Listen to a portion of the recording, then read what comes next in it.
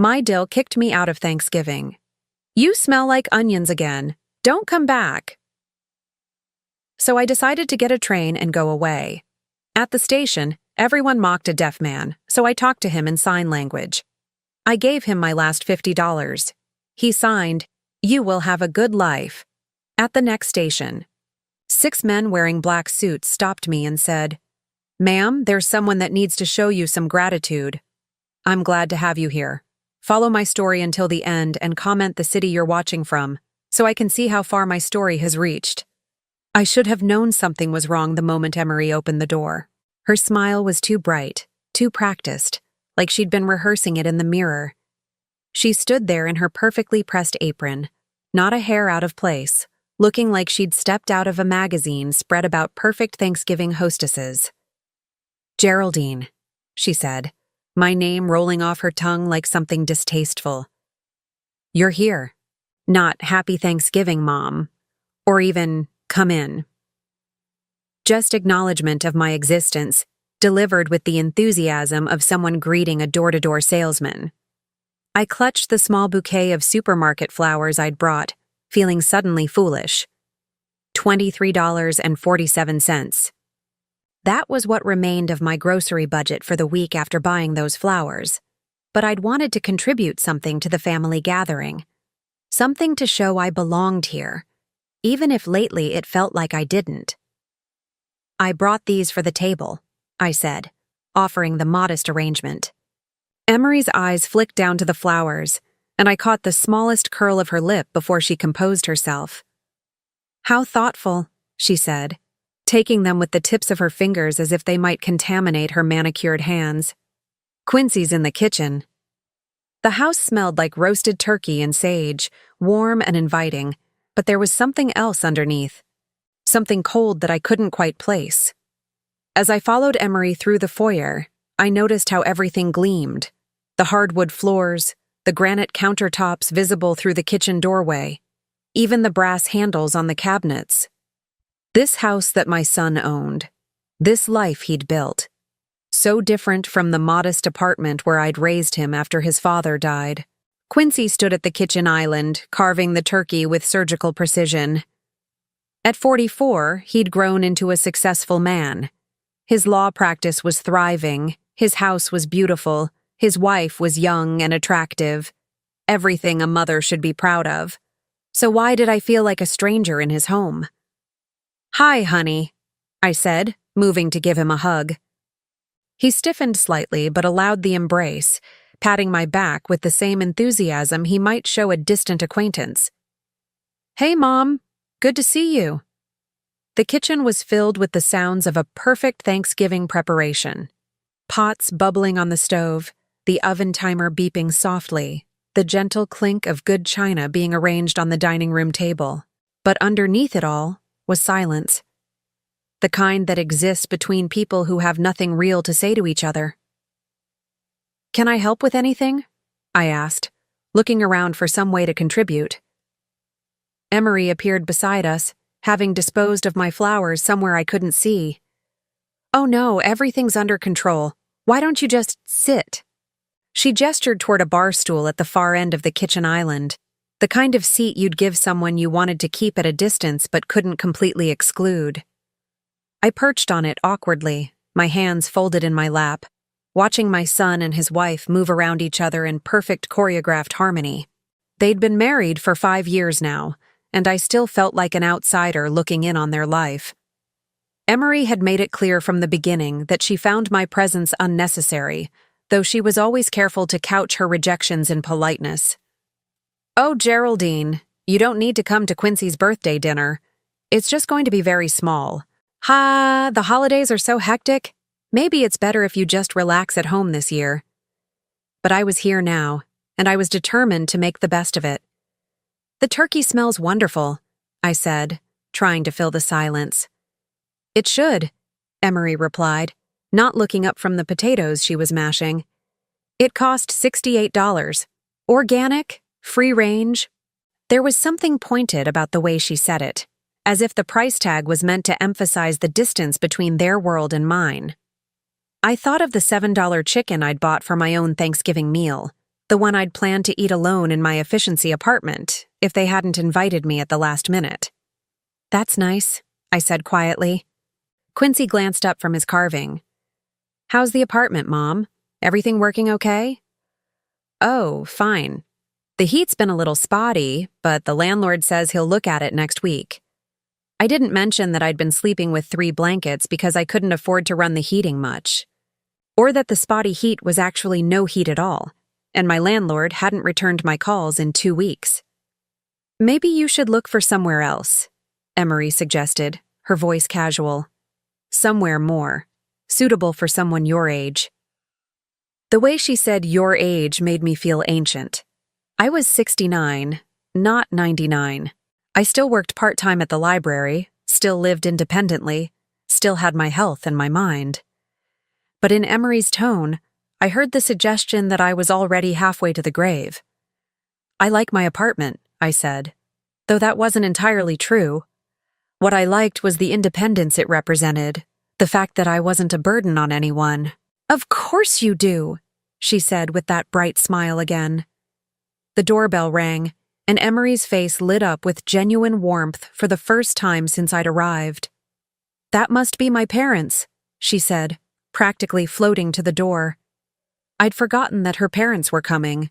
Charles and Patricia Morrison, who owned a chain of restaurants and spent their winters in Florida. They swept into the house with expensive coats and loud voices, filling the space with the kind of energy that comes from never doubting you're welcome anywhere. "Emery, darling," Patricia said, air-kissing her daughter while somehow managing to embrace Quincy at the same time. "The house looks absolutely divine." Charles was already admiring something about the renovated kitchen, asking Quincy about the contractor and the cost of the marble countertops. These were people who belonged in this house, who fit seamlessly into this life my son had built. I remained perched on my bar stool, watching as the real family gathered, feeling more invisible by the moment. "Mom," Quincy said, suddenly remembering I existed, "you remember Emery's parents." "Of course," I said, standing to offer a polite greeting. "How nice to see you again." Patricia turned to me with the kind of smile people reserve for elderly relatives they see once a year and immediately forget. "Geraldine, wasn't it? How lovely. You look, well," the pause before "well" said everything. I was wearing my best dress, the navy blue one I'd bought at a thrift store 3 years ago for church. But next to Patricia's designer outfit, I felt shabby. I could smell the department store perfume she wore, something expensive and floral, and became conscious of my own scent. Soap and the faint smell of onions from the chopping I'd done for my neighbor that morning to earn a few extra dollars. Dinner was announced, and we moved to the dining room. The table was set for 6, with beautiful china and crystal glasses that caught the light from the chandelier overhead. I found myself seated at the far end, between Charles and an empty chair that would have been for Emery's sister if she hadn't canceled at the last minute. The conversation flowed around me like water around a stone. Talk of vacation plans and stock portfolios, of restaurants they'd tried and wines they'd discovered. I tried to contribute when I could, but my stories of library patrons and thrift store finds seemed to fall flat, creating awkward pauses that Emery would quickly fill with a new topic. I was reaching for the salt when it happened. "Oh, God," Emery said suddenly, her voice sharp with disgust. "What is that smell?" The table went quiet. Everyone's heads turned, following Emery's horrified gaze directly to me. "Emery," Quincy said quietly, a warning in his voice. But she was already standing, her hand pressed to her nose dramatically. "It's onions. You smell like onions, Geraldine. It's making me sick." Heat flooded my cheeks. Yes, I'd chopped onions for Mrs. Rodriguez next door that morning because she had arthritis in her hands and couldn't manage it herself. She'd paid me $10 for the help, money I'd desperately needed. I'd scrubbed my hands afterward, used lemon juice and soap, but the smell must have lingered on my clothes. "I'm sorry," I whispered. "I didn't realize." "How can you not realize?" Emery's voice was getting louder, more shrill. It's overwhelming. Patricia, aren't you just dying from that smell? Patricia shifted uncomfortably in her seat, clearly torn between supporting her daughter and not wanting to be openly cruel to an elderly woman. I think I should go, I said, starting to rise from my chair. Yes, Emery said quickly, relief evident in her voice. Yes, I think that would be best. This is a special dinner and, well, you understand. I looked at my son, waiting for him to defend me, to tell his wife that she was being cruel and unreasonable. But Quincy just stared at his plate, his jaw tight, saying nothing. Quincy, I said softly. He finally looked up at me, and in his eyes I saw something that cut deeper than his wife's words. Embarrassment. He was embarrassed by me. Maybe it would be better, Mom, he said quietly. Just for tonight. Those words hit me like a physical blow. My own son, the boy I'd raised alone after his father died, the one I'd worked 3 jobs to support through law school, was asking me to leave because I smelled like the honest work I'd done to survive. I stood on shaking legs, my napkin falling to the floor. No one moved to help me pick it up. I'll get my coat, I managed to say. In the foyer, I fumbled with my old wool coat, my hands trembling so badly I could barely manage the buttons. Through the dining room doorway, I could hear Emery's voice, bright and cheerful again. I'm so sorry about that. She's been having some difficulties lately. Poor thing doesn't really understand social cues anymore. Poor thing. As if I were some addled old woman who couldn't take care of herself, instead of someone who'd sacrificed everything for the son who now sat silent while his wife humiliated me. I let myself out without saying goodbye. The November air hit my face like a slap, but I welcomed its honesty after the poisonous warmth inside. In my car, I sat with my hands on the steering wheel, trying to catch my breath. $50.37. That was all I had in my purse until my Social Security check came next week. Enough for gas and maybe a small dinner somewhere, but not enough for much else. I pulled out of the driveway and drove toward downtown, not really knowing where I was going. The radio was playing soft jazz, and the city lights blurred through my tears. For the first time in my life, I had nowhere to go for Thanksgiving. The train station appeared ahead of me, its old brick facade lit up against the darkening sky. Without really deciding to, I pulled into the parking lot and sat there, watching people hurry in and out with suitcases and purpose. Maybe it was time to just go somewhere. Anywhere. Leave this city where my son lived his perfect life without room for his embarrassing mother. I had $50 and a credit card with maybe $200 of room left on it. Enough for a train ticket to start over somewhere no one knew me. For the first time all day, that thought didn't make me sad. It made me feel almost free. The train station at night had a different energy than during the day. Where morning brought commuters rushing with purpose, evening carried a slower, more melancholy rhythm. People hugged goodbye, couples parted reluctantly, and travelers like me sat on benches with nowhere particular to go. I'd been there for almost an hour, just watching.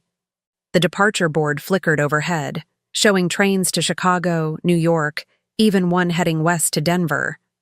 All those possibilities, all those places where nobody knew that Geraldine Parker was the mother who embarrassed her successful son. My $50 bill felt thin between my fingers. I'd counted it 3 times, hoping somehow it might multiply, but mathematics had never been magical. $50.37. Not enough for much of anywhere, but enough to disappear. That's when I noticed him. He was sitting alone on a bench near the far wall. An older man, maybe in his 60s, dressed in a simple dark coat that had seen better years. What caught my attention wasn't his appearance, but the way other people reacted to him. A young couple had been sitting beside him until he tried to ask them something, gesturing with his hands. They'd gotten up immediately and moved away, whispering to each other with disgusted looks. A station employee had approached him twice, speaking loudly and slowly, as if volume might overcome whatever communication barrier existed. Each time, the man had tried to respond with hand gestures, but the employee grew increasingly frustrated and eventually walked away, shaking his head. I watched as a group of teenagers noticed him signing to himself, apparently talking through some internal conversation. They started mimicking his hand movements, exaggerating the gestures and laughing.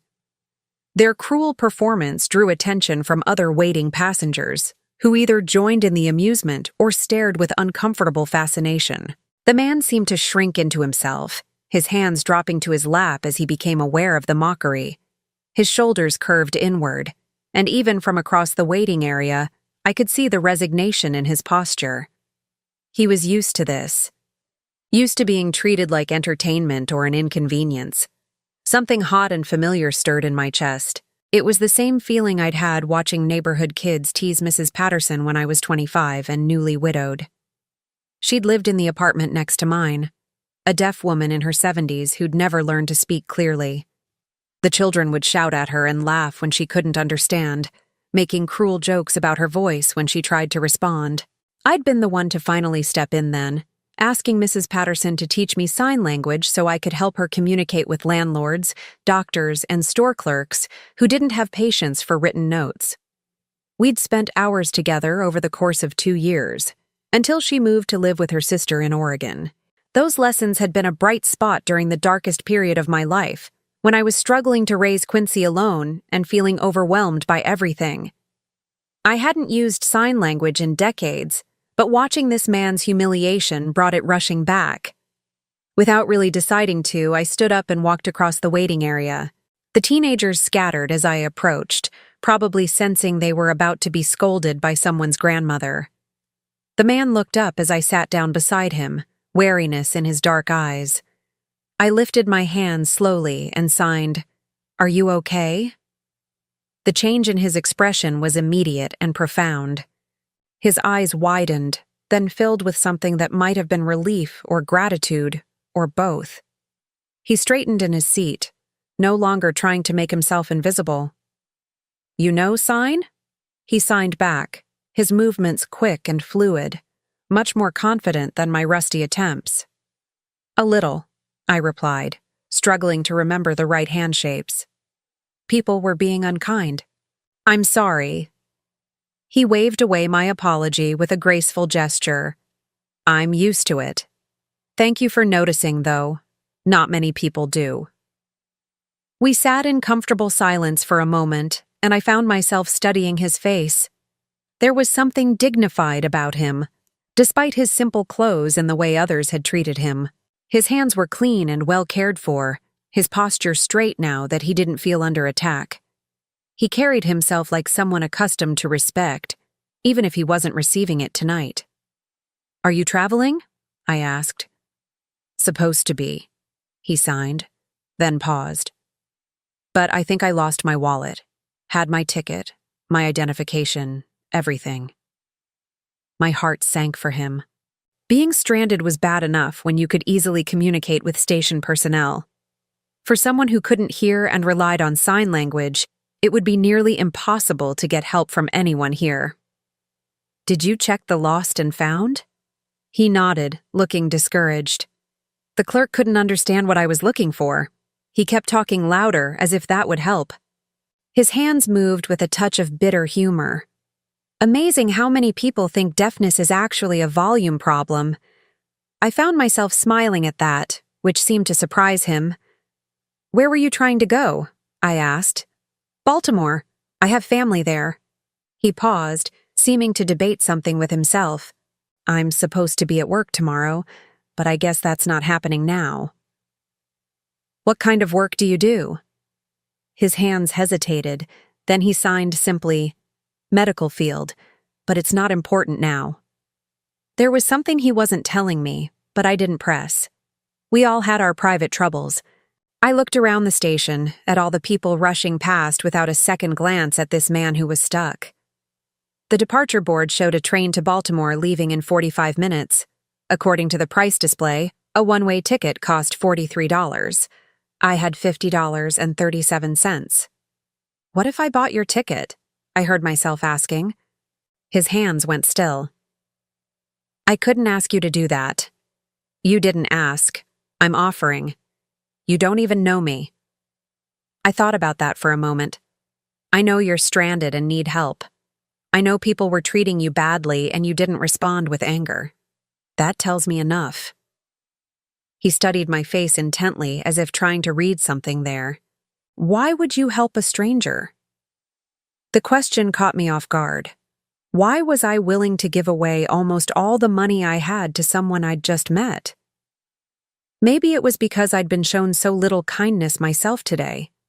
Maybe it was because helping Mrs. Patterson had been one of the few times in my life I'd felt truly useful. Or maybe it was simply because doing something good felt better than sitting alone feeling sorry for myself. Because you need help, and I can provide it, I signed. It's that simple. He was quiet for a long moment, his hands folded in his lap. When he finally looked up, his eyes were bright with unshed tears. That would mean everything to me, he signed. But I don't know how I could repay you. You don't need to repay me. I stood up and walked to the ticket counter, my heart pounding. $43 would leave me with $7.37. Not enough to buy a ticket anywhere myself. Barely enough for a meal. But seeing the relief and gratitude in his expression had been worth more than money. The ticket agent, a tired-looking woman in her 40s, barely looked up as she processed the purchase. Next train to Baltimore departs platform 3 in 40 minutes, she said, sliding the ticket across the counter. When I returned to the bench, he was standing, ready to go. I handed him the ticket, and he stared at it for a moment as if he couldn't quite believe it was real. Thank you, he signed, but the simple words seemed inadequate for what he was feeling. Travel safely, I replied. He hesitated, then reached into his coat pocket and pulled out a business card. It was plain white with just a phone number printed on it, no name or company. He pressed it into my hand. If you ever need anything, he signed, call this number. Tell them Samuel sent you. Samuel? I repeated, trying to remember the sign for his name. He showed me, spelling it out with finger letters, then making a quick gestural sign that looked like he was drawing something in the air. What will I tell them you did for me? I asked. His hands moved slowly, thoughtfully. Tell them you showed kindness to a stranger when no one else would. They'll understand. There was something significant about the way he said it, as if this card and this number meant more than they appeared to. But before I could ask, the announcement came over the loudspeaker for final boarding to Baltimore. That's my train, he signed. Go, I urged him. Don't miss it. He picked up a small canvas bag I hadn't noticed before and slung it over his shoulder. As he started to walk away, he turned back one more time. You will have a good life, he signed, the movements deliberate and precise. It didn't feel like a casual wish or empty platitude. It felt like a promise. Then he disappeared into the crowd heading toward platform 3. I sat back down on the bench, the business card still warm in my palm. Around me, the station continued its evening rhythm, but something had shifted. The emptiness I'd felt leaving my son's house had been replaced by something else. Not happiness exactly, but a sense of having done something meaningful. $7.37. I counted the remaining money in my purse and laughed quietly to myself. I'd given away most of what I had to a complete stranger, and somehow I felt richer than I had all day. The card was plain and unremarkable, but I slipped it carefully into my wallet next to my driver's license. Samuel had said to call if I ever needed anything, but what could a deaf man with no wallet possibly do to help someone like me? Still, there had been something in his manner, in the way he'd signed that final promise, that made me think there was more to Samuel than met the eye. I looked up at the departure board again. The train to Baltimore was probably pulling out of the station now, carrying Samuel toward whatever family was waiting for him. I hoped they would appreciate what he'd gone through to get there, the kindness of strangers that had made his journey possible. A new announcement echoed through the station, calling for passengers to board the late train to Chicago. For a moment, I considered it. $7 wouldn't buy me a ticket, but maybe I could talk to the conductor, explain my situation. Maybe there was a way to start over somewhere new. But as I sat there in the warm station, watching other people begin their journeys, I realized something had changed in me. For the first time in months, I didn't feel like running away. I felt like someone who had something valuable to offer the world, even if my own family couldn't see it.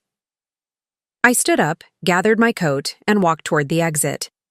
Outside, the November air was still cold, but it no longer felt like a slap. It felt like a fresh start. The business card pressed against my fingers through my wallet as I walked to my car. Samuel had disappeared into the night, but he'd left me with something unexpected. Not just a mysterious phone number, but a reminder that there were still people in the world who recognized genuine kindness when they saw it. And somehow, that felt like the beginning of something important. I made it exactly 3 blocks from the train station before they found me. 6 men in identical black suits materialized from the shadows like something out of a movie. They moved with the kind of coordinated precision that spoke of military training or law enforcement, forming a loose circle around my old Honda as I sat at a red light. My first instinct was panic. In my neighborhood, well-dressed men approaching your car at night usually meant trouble of the expensive kind. I fumbled for the door lock, but the man nearest my window held up his hands in a gesture of peace. He was tall, maybe in his 40s, with graying temples and the kind of serious expression that comes from carrying important responsibilities. When he spoke, his voice was respectful but urgent. "Mrs. Parker, I'm Agent Morrison with Hospital Security. There's someone who needs to show you some gratitude." "Hospital security?" I rolled down my window a few inches, my heart still hammering. "I don't understand." "The gentleman you helped at the train station tonight, Dr. Samuel Chen. He asked us to find you." Dr. Chen. Samuel was a doctor. That explained the dignity I'd sensed beneath his simple clothes. But it didn't explain why hospital security was tracking me down like I was some kind of fugitive. "Is he okay?" I asked. "Did something happen to his train?" Agent Morrison exchanged glances with his colleagues. "Mrs. Parker, would you be willing to come with us? Dr. Chen would very much like to speak with you, and there are some things he needs to explain in person." Every instinct I'd developed in 69 years of life told me to drive away. Normal people didn't get approached by teams of security agents. Normal good deeds didn't result in mysterious summons in the middle of the night. But nothing about this evening had been normal, starting with my own son asking me to leave his Thanksgiving table. And something in Agent Morrison's manner convinced me that whatever this was about, it wasn't dangerous. At least not to me. "Where is Dr. Chen?" I asked. "St. Mary's Hospital, about 15 minutes from here." I thought of my empty apartment, of the $7.37 in my purse, of the humiliation still burning in my chest from dinner. What did I have to lose? "I'll follow you," I said. The convoy of black SUVs that escorted me through the city was both ridiculous and oddly comforting. Whatever Samuel had gotten himself into, it was clearly serious enough to warrant this level of security. As we pulled into the hospital's private entrance, I began to understand that the man I'd helped wasn't just any doctor. St. Mary's was the kind of hospital where wealthy people went for discreet treatment. The private wing we entered looked more like a luxury hotel than a medical facility, with marble floors and original artwork on the walls. Agent Morrison guided me through corridors that smelled of expensive disinfectant and privilege. "Mrs. Parker," he said as we walked, "before we go in, I need to explain something. Dr. Chen suffered a massive heart attack at the train station tonight. If you hadn't been there to communicate with the paramedics, he would have died." The words hit me like a physical blow. Heart attack? But he seemed fine when I talked to him. "He was having chest pains when you found him. That's why he was sitting alone, trying to manage the discomfort. When the attack intensified, he tried to signal for help, but nobody understood what he needed. You saved his life by translating for the emergency responders." I stopped walking. "I didn't translate for anyone. I just bought him a train ticket. Agent Morrison looked confused. Mrs. Parker, the paramedics reported that a woman used sign language to communicate Dr. Chen's symptoms and medical history. That information was crucial for his treatment. My memory of the evening suddenly shifted, pieces falling into place differently. The moment when Samuel had tried to ask those people something, and they'd moved away in disgust. The way he'd gestured when the station employee couldn't understand him. The teenagers mocking his hand movements. "Oh my God," I whispered. He wasn't trying to travel. He was trying to get help. The Baltimore story was a cover, Agent Morrison confirmed gently. Dr. Chen is very private about his medical conditions. He didn't want to alarm you or make you feel obligated to help. But when he realized he was having a heart attack, he tried to communicate his symptoms to passers-by. You were the only one who understood. The corridor seemed to tilt around me. I'd thought I was doing a simple kindness for a stranded traveler. Instead, I'd apparently saved someone's life without even realizing it. "Is he going to be okay?" I asked. "Thanks to you, yes. The doctors were able to treat him immediately because they knew exactly what was happening. A few more minutes of delay, and—" Agent Morrison didn't finish the sentence. We stopped in front of a heavy wooden door marked Private Suite. Agent Morrison knocked softly, then opened it to reveal a spacious room that looked nothing like any hospital room I'd ever seen. Samuel was sitting up in bed, connected to various monitoring devices, but looking alert and much healthier than someone who'd just survived a heart attack. "Geraldine," he said aloud, his voice clear and strong. "Thank you for coming." I stared at him in shock. "You can speak." He smiled, the expression that transformed his entire face. "I've been deaf since birth, but I learned to speak in my 20s. I don't use my voice often in public because people react strangely to deaf accents. It's easier to let them assume I can't talk." The revelation was disorienting. Everything I'd thought I understood about our encounter was wrong. But the train ticket was an incredibly generous gift from someone who thought I needed help traveling. His voice carried deep emotion. "You gave me $43 when you only had 50. I saw you counting your money, Geraldine. I know what that sacrifice meant." Heat flooded my cheeks. It wasn't that much. Anyone would have done the same. "No," Samuel said firmly. "They wouldn't have.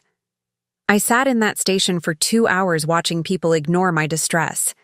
You were the only one who saw past my disability to recognize my humanity. And when you thought I was stranded, you gave away almost everything you had to help me." I moved closer to his bed, still struggling to process everything. "The business card you gave me is my direct line. Geraldine, I need to ask you something important. Has anyone in your family ever mentioned my name, Dr. Samuel Chen, possibly in connection with legal matters?" The question seemed to come from nowhere. "Legal matters? No, I don't think so. Why would they?" Samuel exchanged a meaningful look with Agent Morrison. "What do you know about your son's law practice?" A chill ran down my spine. "Quincy specializes in estate planning, elder law mostly. He helps families with inheritance issues and—" I trailed off, sensing somehow that I was about to learn something terrible.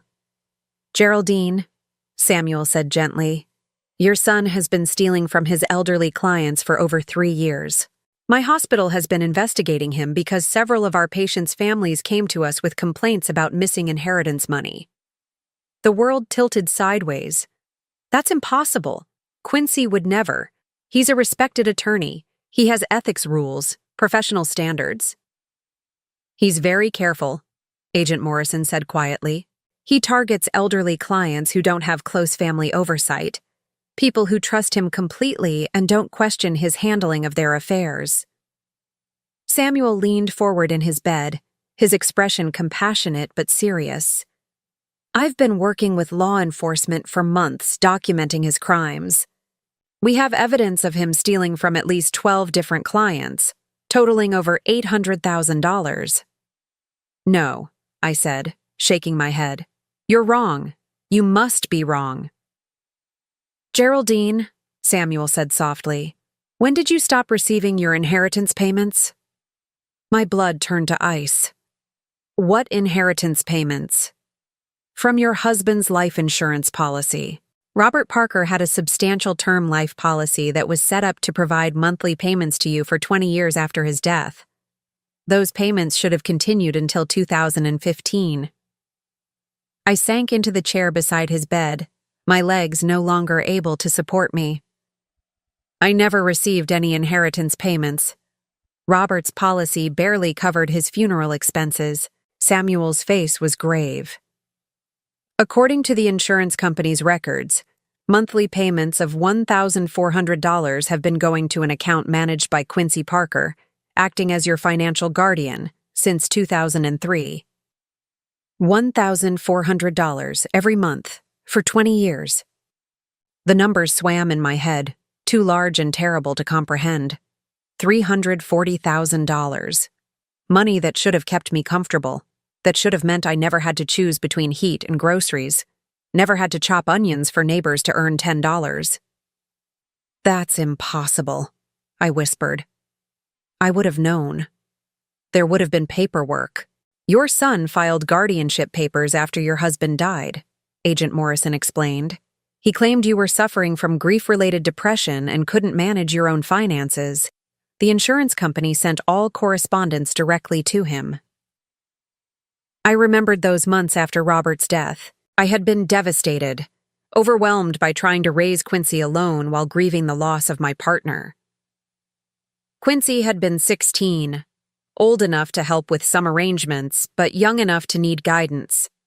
I'd been grateful when he'd taken initiative with some of the legal paperwork, proud of how mature and responsible he was being. He'd stolen from me for 20 years. Started when he was still in high school, continued through college, law school, his wedding, his entire adult life. Every time I'd struggled to pay rent, every time I'd apologized for not being able to help him financially, he'd been living off money that belonged to me. The insurance company tried to contact you several times over the years when payments were missed or delayed, Samuel continued, but Quincy intercepted all the correspondence. As far as they knew, you were being taken care of. My mind flashed to all the times Quincy had handled my mail, offering to help with bills and paperwork because it was too much stress for me. Times when I'd been grateful for his assistance, proud that I'd raised such a caring son. Does Emery know? I asked, though I already suspected the answer.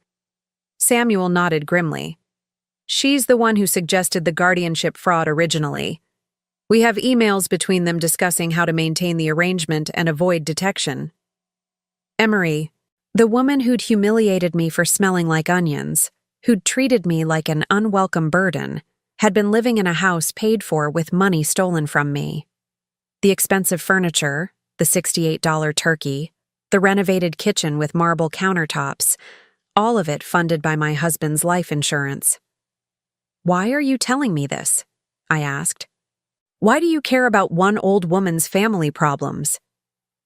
Because you saved my life, Samuel said simply, and because I've spent my career fighting for people who can't fight for themselves.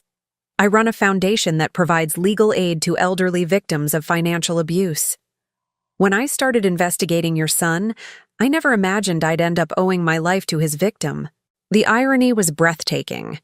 The son who'd stolen my future had led me to the man who could restore it.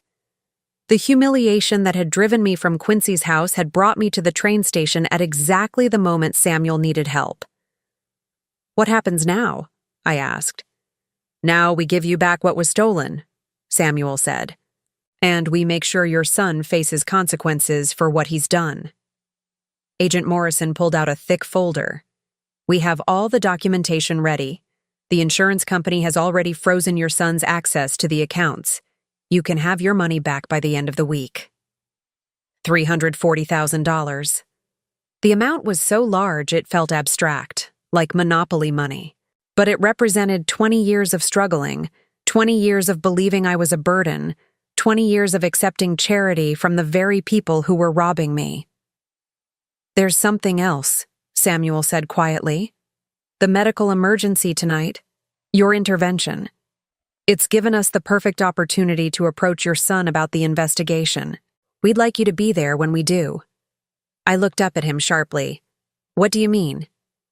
"We mean," Agent Morrison said with a slight smile, "that Quincy Parker is about to learn that the mother he dismissed tonight holds all the power in his life." As the full implications sank in, I felt something I hadn't experienced in decades. Not just relief or vindication, but a sense of justice so profound it made me dizzy. Tomorrow, the son who'd asked me to leave his table because I embarrassed him would discover that his entire comfortable life had been built on money stolen from the woman he'd rejected. I didn't sleep that night. How could I? 20 years of lies had been stripped away in a single conversation, leaving me staring at the ceiling of my efficiency apartment with a clarity that was almost painful. Samuel had sent me home with a thick folder of documents and Agent Morrison's business card, promising they would contact me the next morning with a plan. But lying there in the dark, listening to my neighbor's television through the thin walls, I found myself thinking about more than just the money. I thought about every time I'd apologized for not contributing more to family gatherings. Every birthday when I'd given Quincy a modest gift and watched him accept it with the kind of polite gratitude you show to distant relatives. Every Christmas when Emery had made subtle comments about how difficult it must be to live on a fixed income. They had been stealing from me while accepting my gratitude for their occasional acts of charity. The phone rang at exactly 8 o'clock in the morning.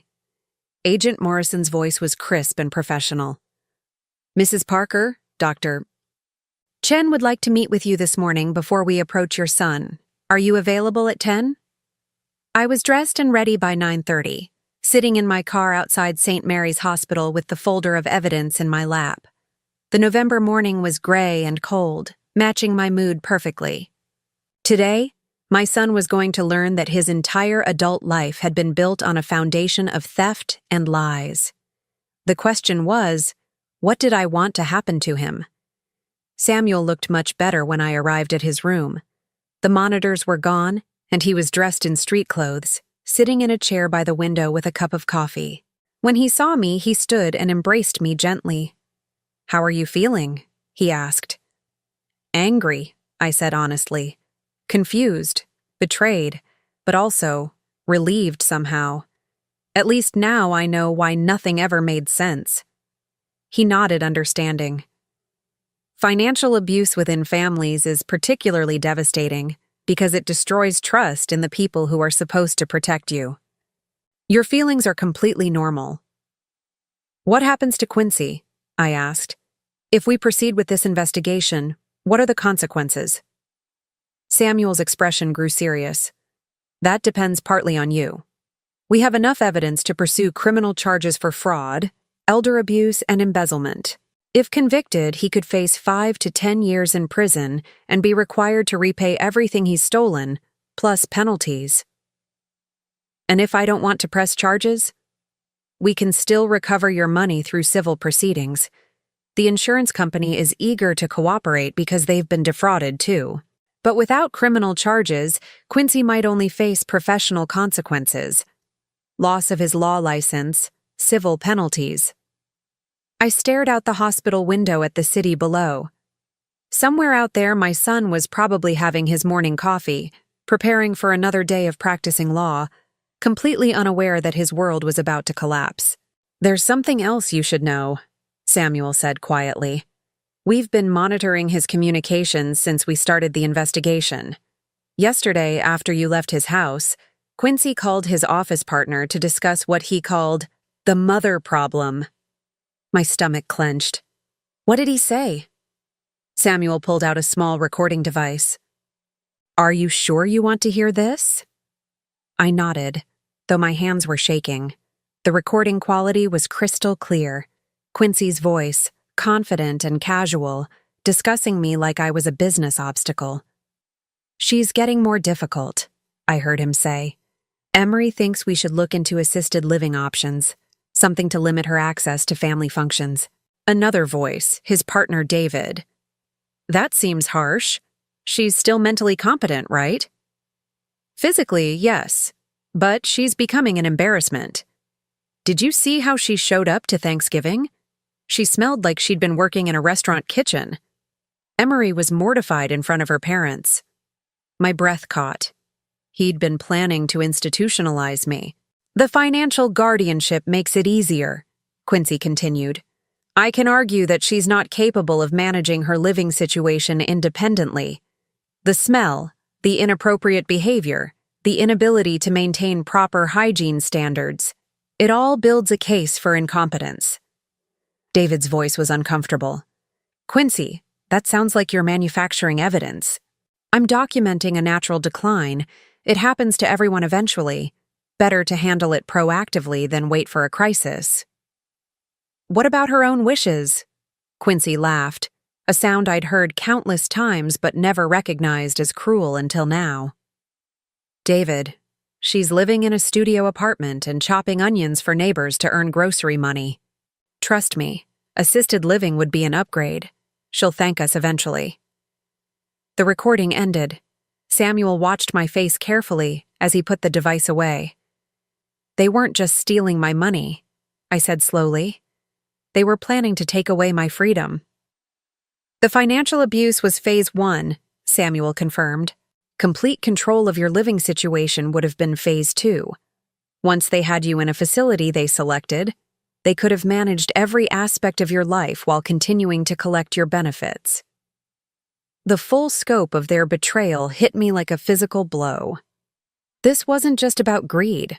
They had been systematically destroying my independence, my dignity, my sense of reality itself. Every time I'd struggled financially and they'd offered small helps, $20 here, a meal there, they'd been reinforcing my dependence while stealing hundreds of times that amount. How long have you been investigating Quincy? I asked. 8 months. It started when Mrs. Eleanor Hartwell came to our patient advocacy office. Her grandson brought her in because she suspected her attorney was stealing from her trust fund. When we started looking into her case, we found a pattern. Samuel opened another folder, this one filled with photographs of elderly faces. Men and women in their 70s and 80s, all looking proud and dignified in their professional headshots. 12 victims so far, he said.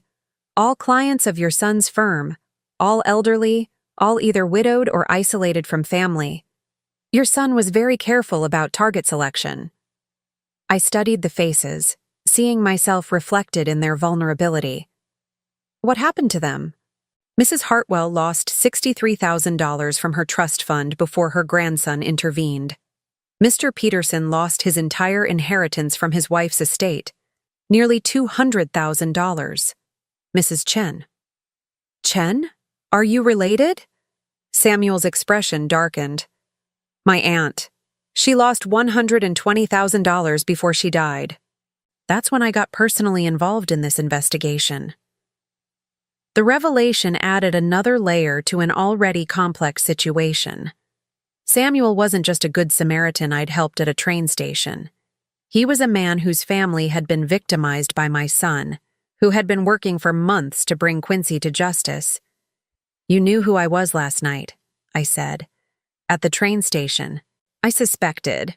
When you told me your last name was Parker, it seemed too coincidental. But I wasn't certain until Agent Morrison confirmed your identity. So when you said I would have a good life, I meant it. Your son's crimes were about to be exposed whether we'd met or not. You saved my life, Geraldine. The least I could do was make sure justice included you. A knock at the door interrupted us. Agent Morrison entered, followed by a woman in an expensive suit carrying a briefcase. Mrs. Parker, Agent Morrison said. This is Attorney General Richards. She's here to discuss your options. Out? Attorney General Richards was probably in her 50s, with the kind of authoritative presence that came from years of prosecuting difficult cases. She shook my hand firmly and sat down across from me. Mrs. Parker, I want you to know that what happened to you represents one of the most extensive cases of familial financial abuse we've seen. Your son didn't just steal money. He systematically manipulated your understanding of your own financial situation to maintain control over your life. What are my choices? I asked. We can proceed with criminal charges immediately. The evidence is overwhelming, and we can guarantee conviction. Your son would face significant prison time and be required to make full restitution. And if I don't want to pursue criminal charges? We can still recover your money through civil proceedings and professional sanctions. Your son would lose his law license and be barred from practicing law, but he wouldn't face jail time.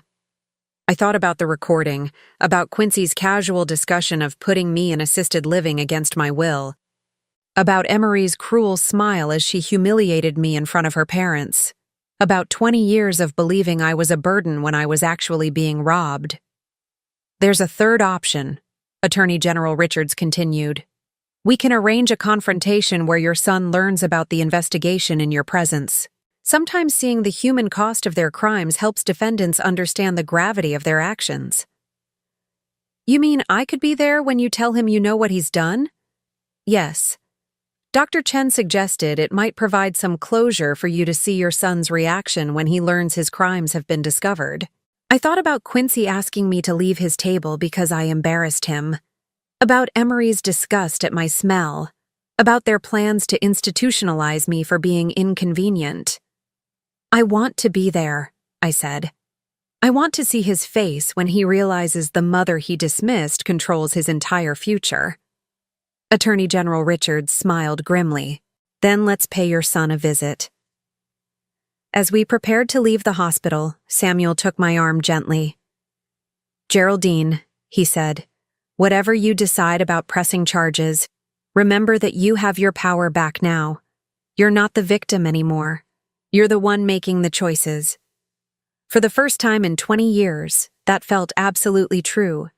The drive to Quincy's law office took 25 minutes, giving me plenty of time to think about what I wanted to say to the son who had stolen my life while pretending to love me. By the time we pulled into the parking lot of his prestigious downtown firm, I knew exactly what kind of justice I wanted. Quincy's law office was everything I'd expected, and nothing I'd ever felt comfortable in. Glass and steel, polished marble, abstract art that probably cost more than I'd spent on rent in 2 years. The kind of place designed to intimidate clients into believing their attorney was worth his astronomical fees. I'd been in this building exactly twice in the 20 years since Quincy had established his practice. Both times, I'd felt like an intruder, someone who clearly didn't belong among the wealthy clients who could afford his services. Now, walking through the lobby flanked by Agent Morrison and Attorney General Richards, I felt different. Not like an intruder, but like someone with a purpose.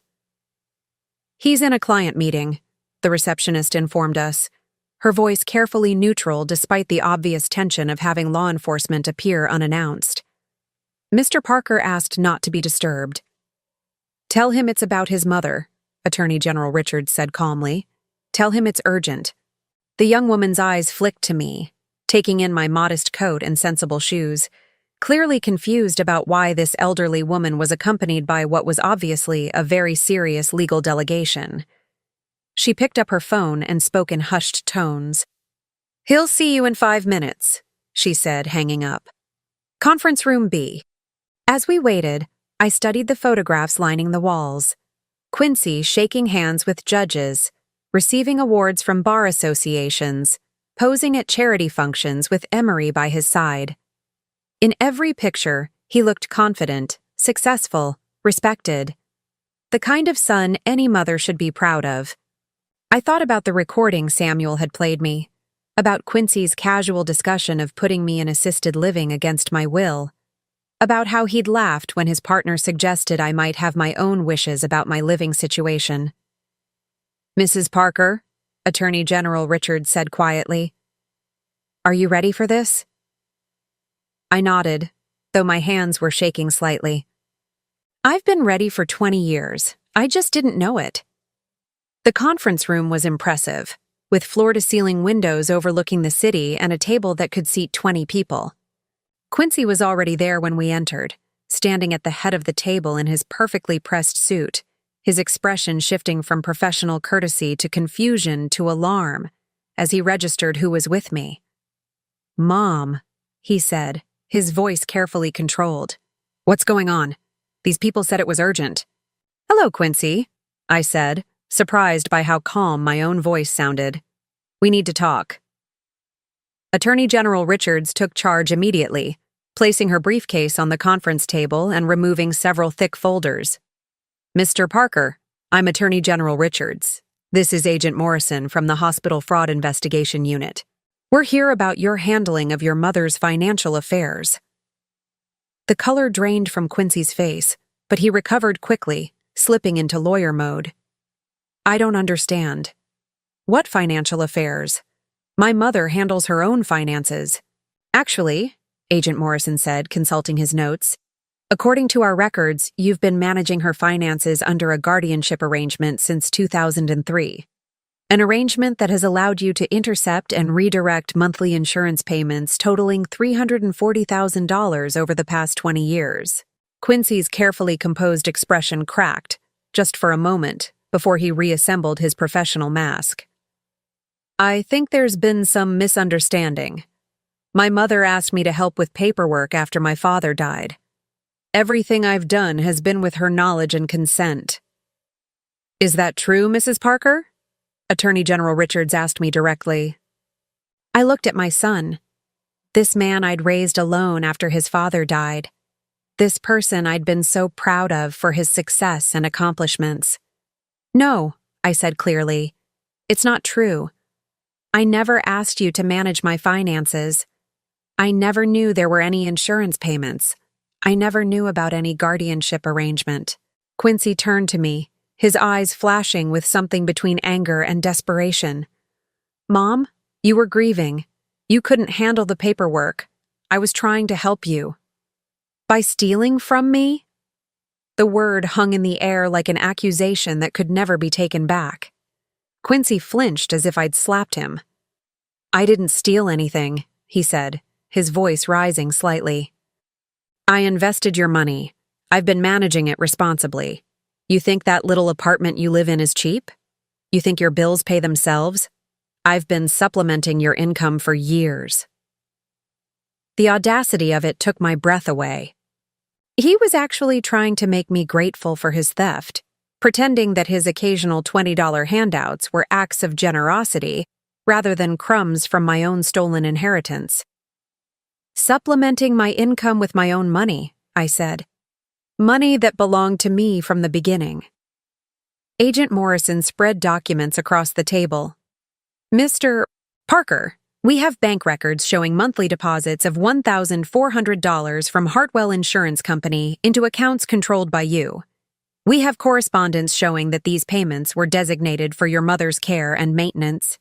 We have evidence that she received none of these funds. Quincy stared at the papers, his jaw working silently. I could see him calculating, trying to find a legal angle, some way to make this disappear. There are also the other clients, Attorney General Richards continued. Mrs. Eleanor Hartwell, Mr. James Peterson, Mrs. Linda Chen. 12 elderly clients whose trust funds and inheritances you've systematically depleted over the past 3 years.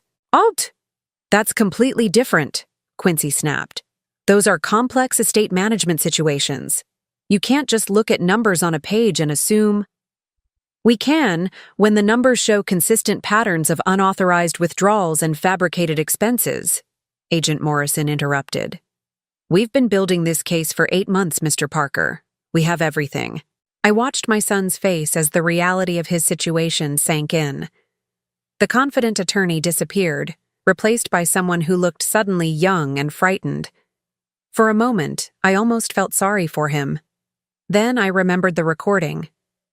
Quincy, I said quietly, yesterday at dinner, after you asked me to leave because I embarrassed you, what did you do? He looked confused by the change of topic. What do you mean? Did you call your office? Did you talk to David about me? The confusion in his eyes shifted to wariness, then to something approaching panic. How do you know about that? Attorney General Richards pulled out the small recording device. Would you like to hear it? No, Quincy said quickly. You can't use that. Attorney-client privilege. Your partner isn't your client, Mr. Parker. and discussing plans to institutionalize your mother against her will isn't protected communication." She pressed play. My son's voice filled the conference room, casual and confident as he discussed my supposed decline, my embarrassing behavior, the need to manage the mother problem by putting me in assisted living. His laughter when his partner suggested I might have my own wishes about my living situation. As the recording played, I watched Quincy's expression change from defiance to horror to resignation. He knew he was caught, not just in financial fraud, but in his complete disregard for my humanity. When the recording ended, the silence stretched until it became unbearable. "Mom," Quincy said finally, his voice small, "I can explain." "Explain what?" I asked. "Explain how you've been stealing from me since you were 16? Explain how you plan to put me in a facility against my will? Explain how you laughed about my wishes not mattering? I was trying to take care of you. By taking away my freedom? By making me think I was a burden when you were living off money that belonged to me?" Quincy's composure finally cracked completely. "Do you have any idea how hard it's been? Having a mother who works part-time at a library, who lives in a studio apartment, who shows up to family dinners smelling like other people's kitchens? Do you know what that's like for someone in my position?" The honesty was more devastating than any lie could have been. This wasn't about protecting me or helping me. This was about his embarrassment at having a mother who didn't fit his image of success. "You could have helped me with the money that was already mine," I said. "You could have made sure I lived comfortably instead of stealing from me and then being ashamed of the poverty you created." "I didn't create anything," Quincy shot back, his anger overriding his judgment. "You chose to live like that. Even with the money I was managing, you could have asked for more help. You could have lived better." "Asked who? You never told me there was money to ask for." Attorney General Richards stood up. "Mr. Parker, you have two choices. You can cooperate with this investigation and work toward a settlement that includes full restitution and professional sanctions, or we can proceed directly to criminal charges for elder abuse, fraud, and embezzlement." Quincy looked at her, then at Agent Morrison, then at me. For the first time in my adult life, I saw my son not as the successful attorney or the ungrateful child, but as what he really was, a weak man who had built his life on theft and lies. "What do you want from me?" he asked, and I wasn't sure if he was talking to the investigators or to me. "I want my money back," I said. "All of it. I want you to face consequences for what you've done. And I want you to understand that the mother you were ashamed of is the reason you're not going to prison." He looked confused. "What do you mean?" Attorney General Richards smiled grimly. "Your mother saved the life of Dr. Samuel Chen last night. Dr. Chen runs the foundation that's been investigating your crimes. Because of her actions, he's recommended that we offer you a plea agreement instead of pursuing maximum criminal penalties." The irony was so perfect it was almost funny. The same night Quincy had rejected me for embarrassing him, I had unknowingly saved the life of the man who could destroy his career. The kindness he found shameful had earned him the mercy he didn't deserve. "I don't understand," Quincy said weakly. "You don't have to understand," I replied, standing up from my chair. "You just have to live with the consequences of your choices."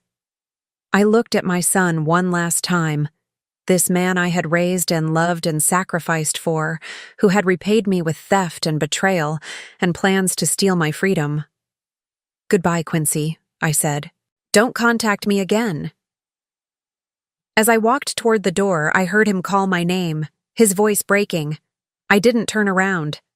Some relationships, once broken by betrayal this profound, can never be repaired. And for the first time in my life, I was okay with that. 2 years later, I stood in the kitchen of my new apartment, making coffee and watching the sunrise through windows that faced east instead of the brick wall I'd stared at for so many years. The apartment had 2 bedrooms, central heating that worked, and a view of the park where I took my morning walks. The insurance settlement had been finalized within 6 weeks of the confrontation. $340,000, plus interest and penalties, had been transferred to accounts in my name only. Quincy had been disbarred and sentenced to 18 months in minimum security prison, followed by 5 years of probation and community service working with elderly fraud victims. Emery had filed for divorce before his sentencing hearing was even completed. I could have bought a house with the settlement money. I could have traveled the world, purchased a luxury car, or moved to Florida like so many people my age. Instead, I'd chosen to live simply and invest wisely, keeping enough to ensure my comfort while using the rest to make sure I never had to depend on anyone again. The phone rang as I was reading the morning paper, a luxury I'd never been able to afford when $50 had to last a week. "Good morning, Geraldine." Samuel's voice was warm and familiar. "How are you feeling today?" "Free," I said, the same answer I'd given him every time he'd asked that question for the past 2 years. Samuel and I had developed an unlikely friendship after the investigation concluded. He'd insisted on staying in touch, claiming that saving his life had created a bond between us that couldn't be broken by the resolution of legal proceedings. I suspected it was more than that. 2 people who had survived betrayal by people they'd trusted, who understood the particular kind of strength required to rebuild after profound loss. "Are you ready for today?" he asked. Today was special. Quincy was being released from prison, and according to the terms of his probation, he was required to attend a victim impact session where the people he'd stolen from could address him directly if they chose to. I was the only victim who had agreed to participate. "I'm ready," I said. "Are you coming?" "I'll be there. Moral support." The community center where the session was being held looked like countless other institutional buildings, bland, functional, designed to be as non-threatening as possible. I arrived early and sat in the parking lot for a few minutes, thinking about what I wanted to say to the son I hadn't spoken to in 2 years. I'd received letters from him during his incarceration. Not many, and I'd only read the first one. It had been filled with self-pity and justifications, complaints about prison conditions and protests that he'd been trying to help me all along. I'd stopped reading and donated the rest to the shredder, but I'd heard things through the small legal community Samuel moved in. Quincy had struggled in prison, finding it difficult to adjust to a world where his law degree and family connections meant nothing. He'd completed his GED teaching program and worked in the prison library, apparently discovering some capacity for honest work. Emery had remarried within a year of their divorce, to a plastic surgeon she'd met at a charity function. They'd moved to Phoenix, taking any connection to my former life with them. Samuel was waiting for me in the lobby of the community center, dressed in his usual understated way but carrying himself with the quiet authority I'd come to associate with him. We'd learned a lot about each other over the past 2 years. He was widowed, had no children, devoted most of his energy to his foundation and his medical practice. He'd become the closest thing I had to family, and I suspected I'd become the same for him. "How do you want to handle this?" he asked as we walked toward the conference room where the session would take place. "Honestly," I said, "I want to tell him the truth about what his choices cost. But I also want him to understand that I'm not angry anymore. I'm just done." The conference room was small and plain, with a circle of chairs arranged around a low table. Quincy was already there, sitting with his probation officer and a counselor from the Victim Services program. He looked older, thinner, wearing clothes that had clearly been purchased from a thrift store rather than a high-end department store.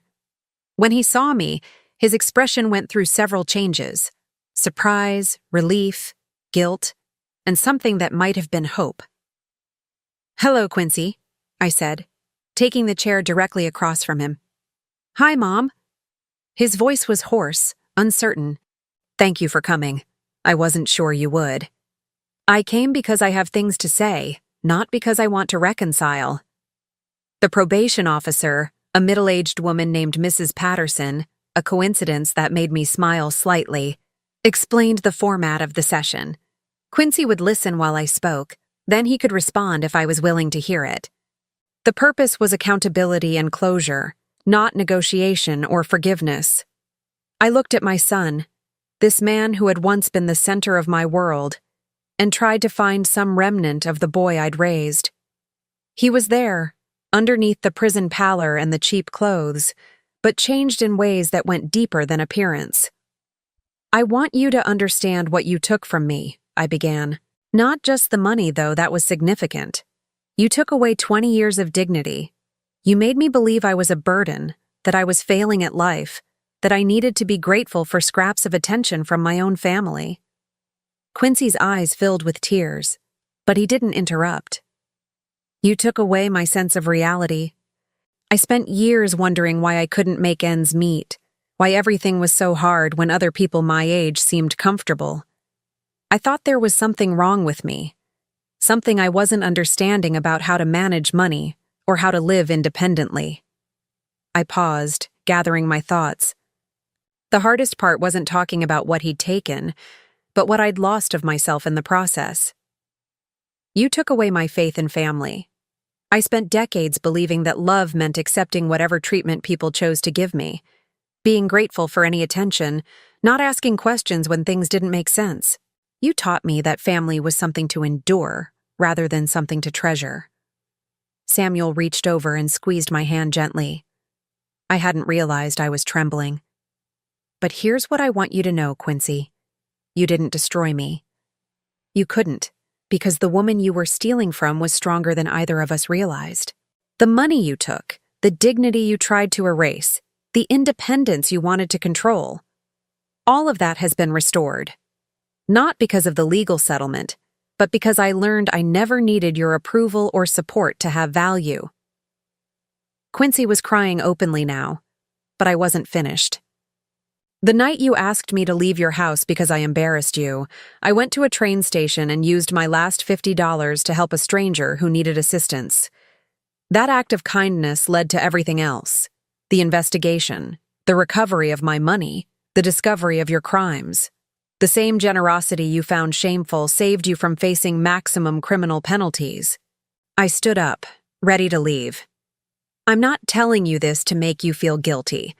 I'm telling you this so you understand that the mother you rejected was never the problem. Your shame about who I was, your need to control me, your willingness to steal from me rather than help me, those were the problems." "Mom," Quincy said, his voice breaking, "I'm sorry. I know that doesn't fix anything, but I am truly sorry. Prison has given me time to think about what I did, about how wrong I was. Is there any way? Is there any chance we could try again?" I looked at him for a long moment. This man who had been my whole world for so many years, who had shaped my understanding of love and family and worth. I felt sadness for what we'd lost, but also a profound sense of peace. "No, Quincy, there isn't." The finality of it surprised even me. I had expected to feel anger or bitterness, but instead I felt relief. The door I was closing had been causing me pain for years. Shutting it firmly was an act of self-preservation, not revenge. "I forgive you," I continued, "because carrying anger would hurt me more than it would hurt you. But forgiveness doesn't mean reconciliation. Some betrayals are too fundamental to repair." I picked up my purse and walked toward the door, then paused. "I hope you rebuild your life honestly, Quincy. I hope you find peace. But you'll do it without me." Samuel was waiting in the parking lot when I came out, leaning against his car with the kind of patient grace that had made him such an important presence in my new life. "How do you feel?"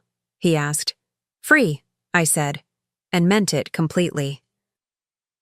We drove to the park near my apartment, where we often walked on weekend mornings. The November air was crisp but not bitter, and the trees were showing their last brilliant colors before winter set in. "What do you want to do with the rest of your day?" Samuel asked, as we settled onto our usual bench overlooking the duck pond.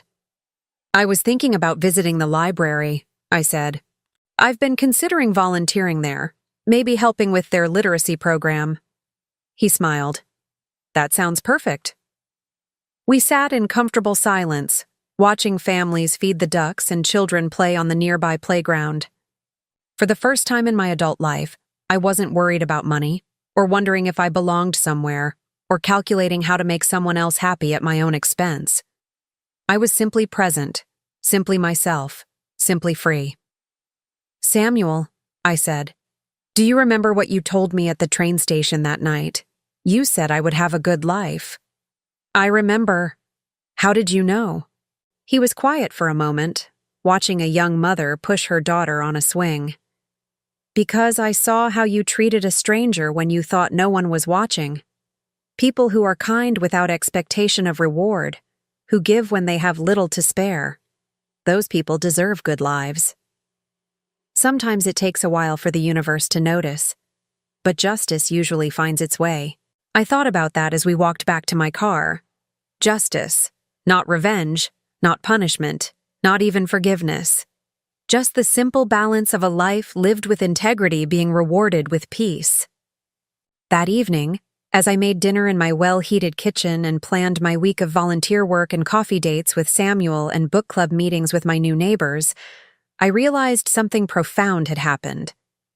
I had become the person I was always meant to be. Not Quincy's mother, not Emery's burden, not a victim of anyone's crimes or cruelty, just Geraldine Parker, a woman who had survived betrayal and discovered that her own strength was more than enough to build a life worth living. The phone rang as I was getting ready for bed. An unknown number, probably a telemarketer, but I answered anyway.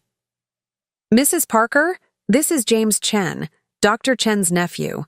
He wanted me to call and tell you that Mrs. Henderson, one of the other victims from your son's case, would like to meet you. She's starting a support group for people who've experienced financial abuse by family members, and she thought you might be interested. I considered it. A year ago, I would have declined, too ashamed to talk about what had happened to me. Now, the idea of helping other people navigate similar betrayals felt like a natural extension of the healing I'd done. Tell her yes, I said. I'd be honored to help. After I hung up, I looked around my apartment one more time before turning off the lights. Tomorrow would bring new opportunities to be useful, to be kind, to be myself without apology or explanation. For the first time in my life, that felt like enough. More than enough. It felt like everything. Now I'm curious about you who listened to my story. What would you do if you were in my place? Have you ever been through something similar? Comment below. And meanwhile, I'm leaving on the final screen 2 other stories that are channel favorites, and they will definitely surprise you. Thank you for watching until here.